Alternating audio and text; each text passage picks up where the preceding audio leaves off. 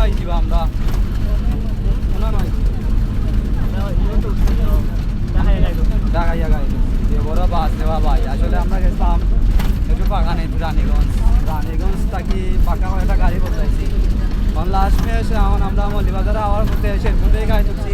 ঢাকাইয়া বাসও বাস মানে হাইয়ের উঠতো মানে যেমন টান দেয় ভাই টান দেয় মানে হাতা উঠি হাতা নিচে না আল্লাহ আল্লাহ করে জানে তখন আমরা কইসাম মল্লিবাজার নামাই আসছি তার শ্রীমঙ্গল মানে পার হইয়া লই যাইছি কারণ নামতাম গেলা বাসের এই ব্রেকে মাই না ওই গেটলো খুলে পরে কিছু নিত মনে না কিছু মানে এখন আমি না শ্যামলি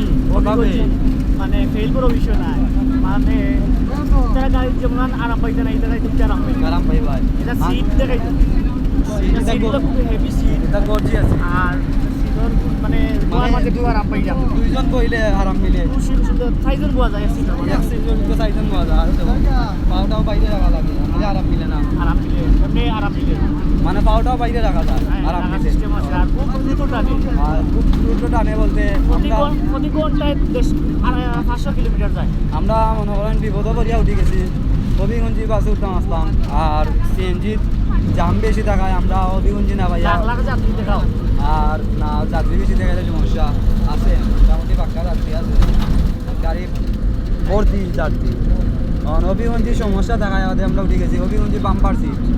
তখন আমরা হবিগঞ্জির নিন্দাই যা ঢাকাইয়া বাসে উঠলাম ঢাকাইয়া বাসের যে অবস্থা তাও যাই গেছি ফেরত পাগে এটা সারিয়েছে শেরপুরটা কি ঢাকা শেরপুরটাই সারিয়েছে ঢাকা শেরপুর থেকে সারিয়ে মৌলিবাজার শেরপুর নামাইয়া দিব নামাই দিব আচ্ছা যাই হোক বেশি আর ভিডিও করতাম না আপনারা সবসময় উপকারী চলবা শান্তি পাইবা আমরা লাগান কোনো সময় বিপদ করলে তাকাই ঢুকবা তাইলে আরাম পাইবা আচ্ছা তার বেলা থাকুক আমরা লাই দোয়া করবা যেন আমরা ঠিক মতন গিয়া মৌলিবাজার নামতাম পারি আল্লাহ আল্লাহ হাফিজ